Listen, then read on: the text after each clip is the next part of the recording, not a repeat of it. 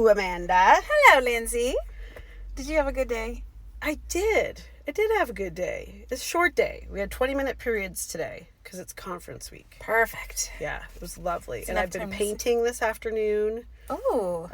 An abstract geometric painting on canvas. Nice. So that was very mindful of me. How about you? I had a good day.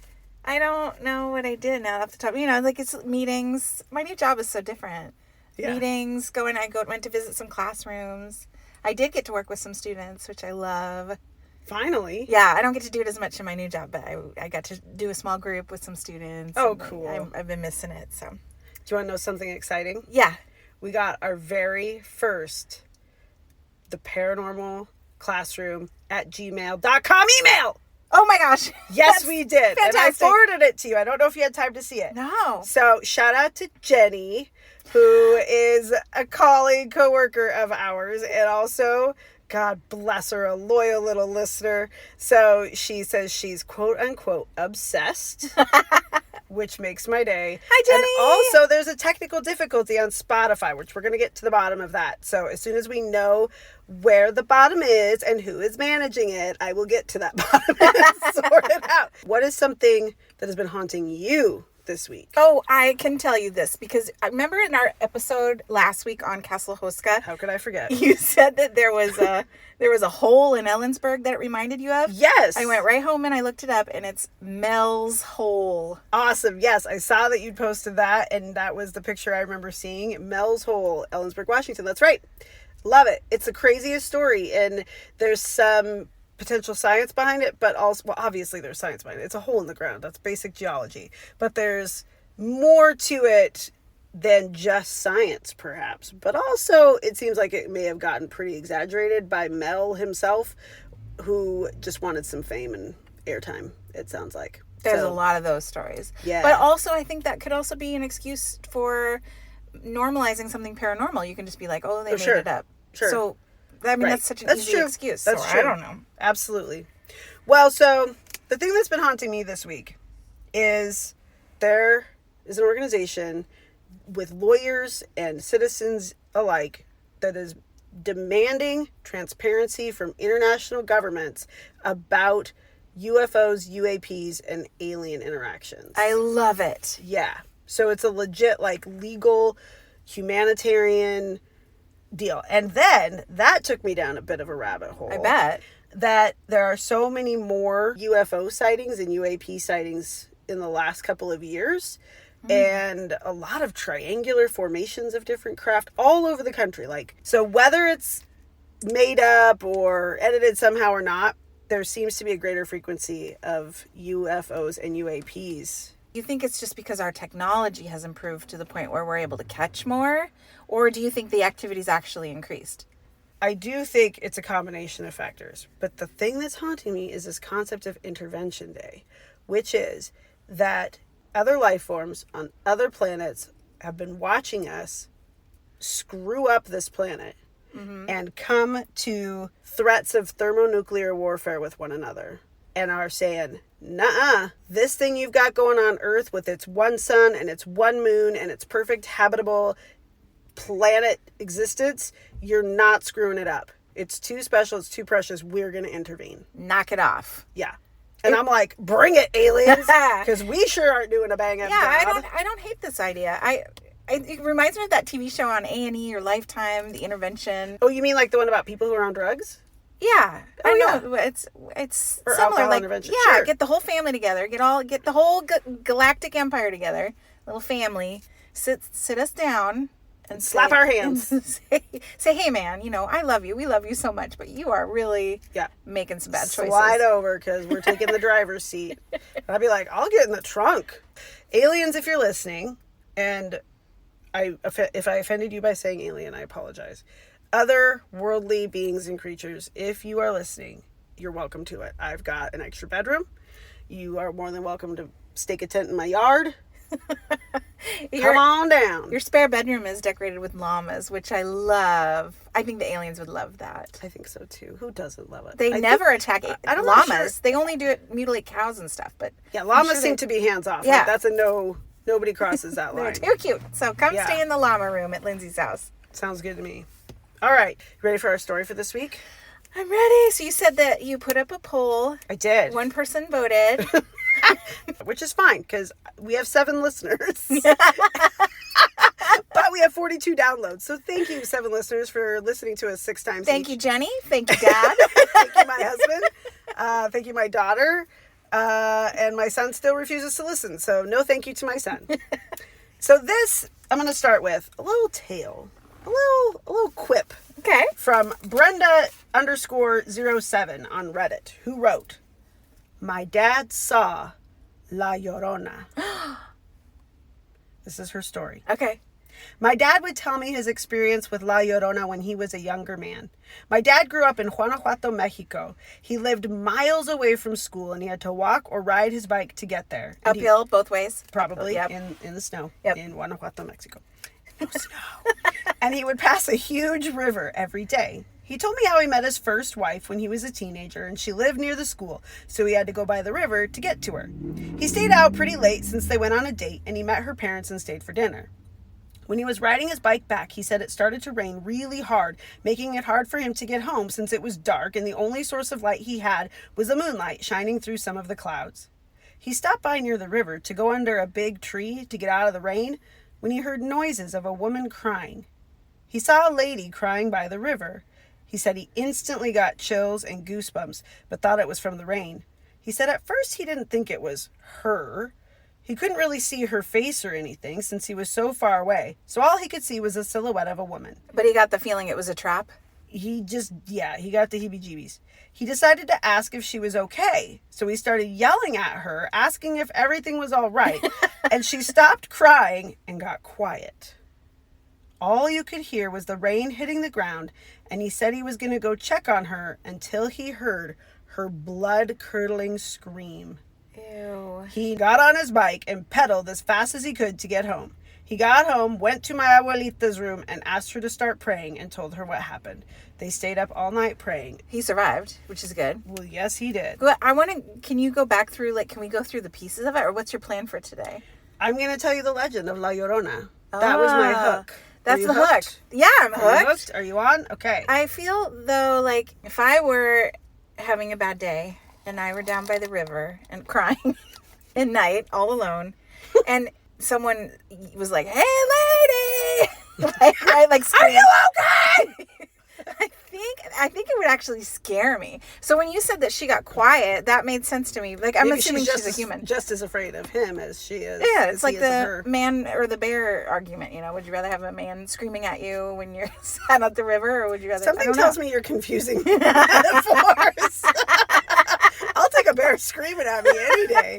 That's hilarious. I think it would startle me. I think I'd be really scared, and I'd get quiet, and I'd probably be like, Maybe a if I little don't, embarrassed. if I don't say anything and I don't move, he won't see me. Right, 'cause like a it's T-Rex dark. in Jurassic Park. Yeah, just leave me alone and let me cry here. Keep riding, kid. It's a weird choice to be sad in the pouring down rain down by a river. But we don't know this story. I'm trying to think of it could be a normal thing. Like, what if her cat had kittens and then ran away, and the kittens are at home and they need their mom, and she ran out into the woods to go find the mama cat? This is just off the top of my head. I could probably come up with 50 other scenarios why you might run out in the rain sad. But then I don't know why you would scream after. So you get really quiet. It's the blood-curdling scream for me. Right. I mean, did something bite her? No, Or- Amanda. She's a weirdo. She's a ghost. It's like, okay, I give it to you. You're sad. I give it to you. Yep, you decide to take that sadness down by the river and cry a little. I get it. I get why you might get quiet when a kid yells at you from across the river. But then the part where you let out a blood-curdling scream is weird. Maybe she's trying to scare him away because she was scared of him. It worked. Solid plan. Well executed.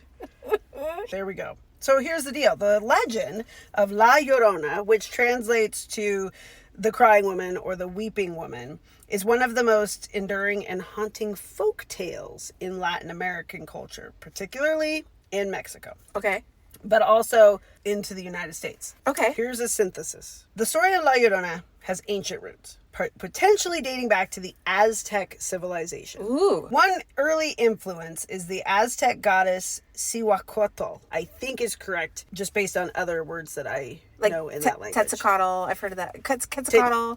Quetzalcoatl and Tenochtitlan and things like that. So this Aztec goddess is a deity associated with motherhood and childbirth. So this myth became intertwined, now wait for it, with the collective trauma of the Spanish conquest of Mexico in the 16th century, creating a more tragic human figure. So the Aztec people had already had this legend of Cihuacotl, couple that with all the atrocities that come with that, and now we've got this weeping woman that represents something much larger. That's really sad. Yes. So in its most well-known form, the story of La Llorona involves a woman named Maria. Mm-hmm. She falls in love with a wealthy man and bears him children. However, when he ultimately abandons her, Maria, in a fit of rage and despair, drowns her children in a river. Maria! Listen, it's happened. No, I'm not. There have been women who have done this. Mothers have done this. Well, I'm not a fan of bonkers. Them. No. Overcome with guilt, she then drowns herself. After her death, she is condemned to wander the earth for eternity, searching for her lost children and crying out, "Ay, mis hijos," which translates to, "Oh, my children." Those who hear her wails are often said to be marked for misfortune or death. I don't have any sympathy for her. Sorry, La Llorona, but yeah, if she really drowned her children, drowned her kids, then because of a man. Well, because he left her. It's not like she did it for him. I got a gift for you. Well, right. Because of a man making her sad, she's going to destroy her children. It doesn't make any sense. But, guys, it's happened. Unfortunately. Modern stories of moms who have done such things. And dads, both, who have killed their children because in their sick and twisted brains, it's the solution to be with or get back at a person that they've loved. Disgusting. Yeah, I'm kind of having like flashbacks from there's some things that happened in Vegas that like really yucky stuff is popping back into my memories.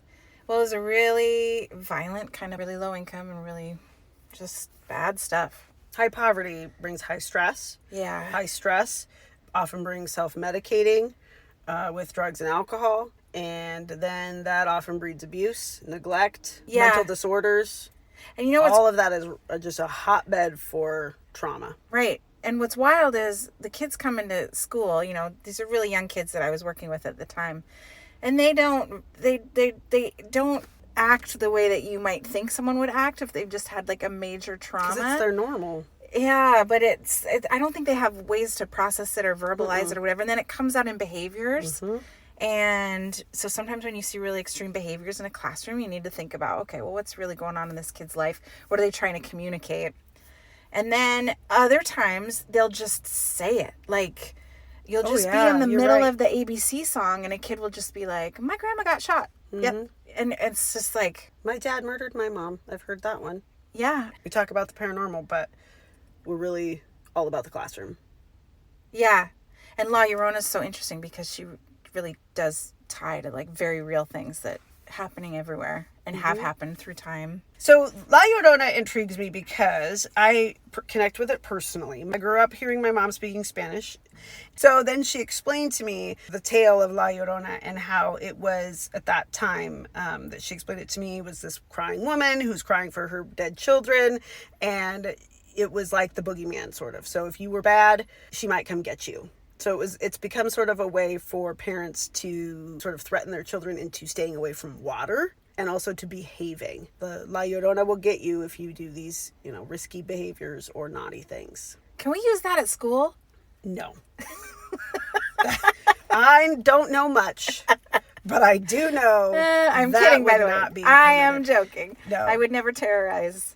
The funny thing is I might actually be tempted. With certain kids, you just know, you'd be like, and they'd be like, "Oh my God." Regardless of what it represents for people for different cultures in different parts of Latin America and the United States, it persists. It's persisted since Aztec times, which is wild. Like, I want to throw in jokes and stuff and laugh with you, but like, this is a super depressing one. It really I'm sorry. No, you're good. It just hits home, right? It's like... Yeah. The fascinating thing is I did a bit of a dive on Reddit. Remember we talked about like creepypasta? Just a phrase that was not super familiar to us in our generation. Would not say that what I did was a deep dive into La Llorona. I would say it was more of a belly flop in the kiddie pool. And we talked about that last week too, because like we're busy, so we really rely on people who put things out on the internet that we can grab really quick, and hopefully it's accurate. Hopefully this part might make you laugh. So again, back on Reddit, I discovered that there are contemporary cell phone videos posted by folks who claim they've caught encounters with La Llorona. Okay. So I'm about to play you audio. Oh, good, because I don't want to see it. I think it would scare me to see it. You don't want to see it? There's nothing to see in this one. Go ahead. You can scare me. So we're in a dark car in a creepy parking lot, by the way. So. Yes. Okay, are you ready for this? I'm scared. Okay, is this volume over here? Yeah? You can turn all the way up? Yeah, you ready? Oh, gosh. Okay, here we go. This is in Ixtapalucan, Puebla, Mexico. Is anything bad going to happen to us by playing this? Are we... No. I don't think so. Perra madre.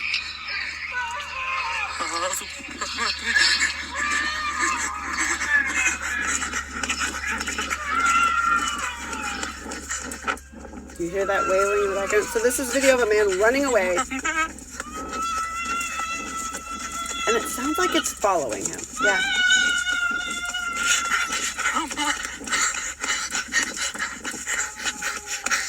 And he's terrified. It was kind of weird because it did sound like it was chasing him. He was really booking it. He was running, and that sound was getting closer and closer. So either he was running toward it unknowingly, or it was indeed following him. Yeah. So then I'm looking through the comments because I'm like, holy balls. And I scroll through the comments to see what people thought about this video. Theories tend to fall into two camps. It's a woman enjoying herself, or the other camp is it's a cat in heat. Oh my gosh. So, but it's either a cat or it's a woman, like just a normal woman. But then there was one that made me click a link because it read, quote, I know this sound, and it is not La Llorona. It is a couple of male bobcats having an argument, standing in each other's faces and screaming. These guys, and she posts a link for reference, these guys are lynxes in Ontario, but North American bobcats and Mexican bobcats sound exactly the same. It's stupid and hilarious. You gonna play bobcats now? So we can compare? I am. This video, you guys, if you Google it, it is hysterical. We'll post it. We'll post this stuff on our on our Facebook. Two lynxes face off.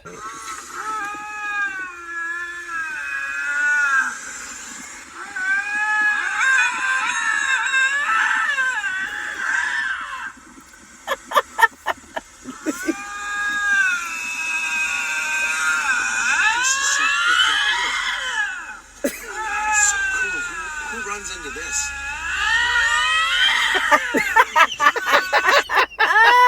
I just found my new favorite animal. The North American bobcat, Mexican bobcat, or lynx. In that video, they were just like, it's a couple inches away, just looking each other in the eyes, just screaming at each other. Yeah.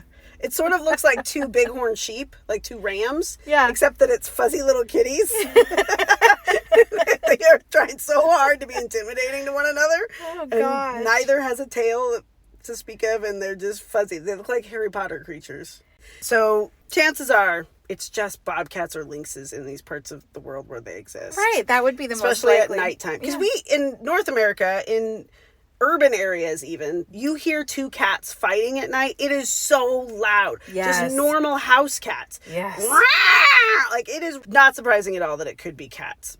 I definitely think that the animals probably make a lot of those noises in the stories because, well, you just showed a video, but I've seen lots of videos of animals that make all kinds of human-like sounds, and not just cats, but owls. And I would have been more scared if it was a video of like the first story that you told where you actually see a person and then they turn at you and then they scream like that. Well, like if that. I could find a video like that, we wouldn't have a podcast. It would be the normal classroom podcast. Right, and then that makes me think, well, there's got to be more than one La Llorona, like around the world and the different cultures, whatever. And there is. Apparently, there's in Eastern European cultures and maybe elsewhere. I just know for sure I saw it there. There's the white lady or the white woman. Is she crying and screaming too? It's a similar tale. We, as women, deal with things in the patriarchy, not as like extreme as maybe our parents did or our grandparents or moms and grandmas, but we still deal with. P.S. Vote. I haven't had loss of my own children, thank goodness, but I've definitely lost students, and we've seen students lose their parents tragically, their siblings tragically. Yeah, it's just and I don't know. That's a lot of sadness. There's not a pain greater, I don't think, than losing a child. Right, and it's not natural.